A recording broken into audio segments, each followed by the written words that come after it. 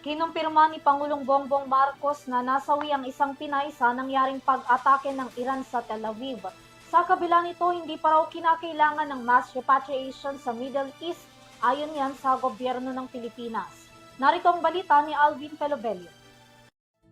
Simula taong 2019 pa, nagsimulang magtrabaho bilang caregiver sa Israel ang 32 taong gulang na si Mary Ann de Vera na taga Basista, Pangasinan.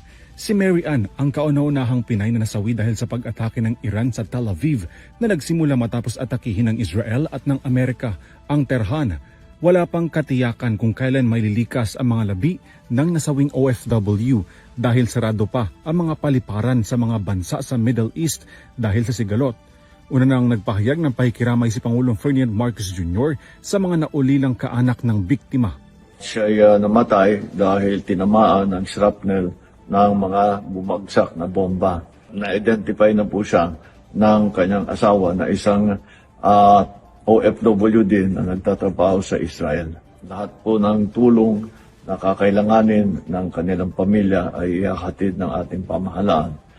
Patuloy po ang ating pag-monitor sa kalagayan ng ating mga kababayan na nasa gitna nitong gera, patuloy pa rin sa Middle East. Maraming Pilipino na rin ang nagpahayag ng kagustuhan nilang mailikas dahil sa nagpapatuloy na pag-atake ng Iran. 54 na mga Pinoy mula sa Israel ang humiling ng repatriation. 800 naman ang Pinoy na nasa Iran at humiling na rin daw ang ilan sa mga OFW roon na mailikas na rin. Sa ngayon wala pang pagbabago sa mga alert level sa mga bansa sa Middle East na apektado ng giyera.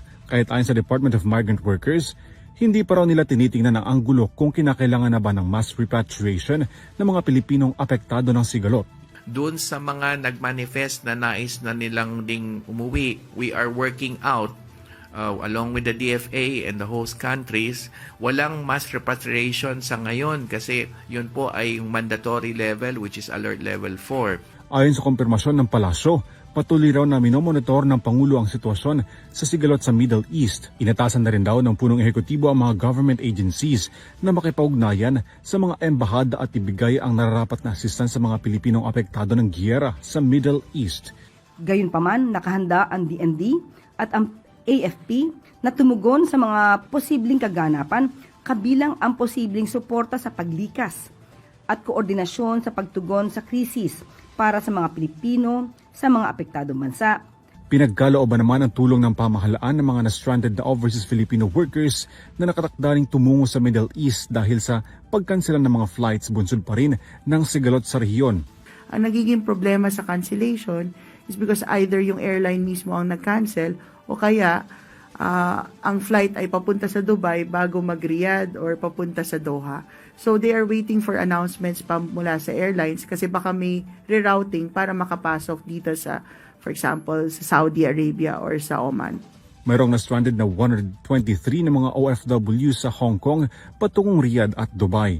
Pinabalik naman sa Manila ang nasa 57 Abu Dhabi bound OFW dahil sa kanselado pa rin ang biyahe patungong Middle East.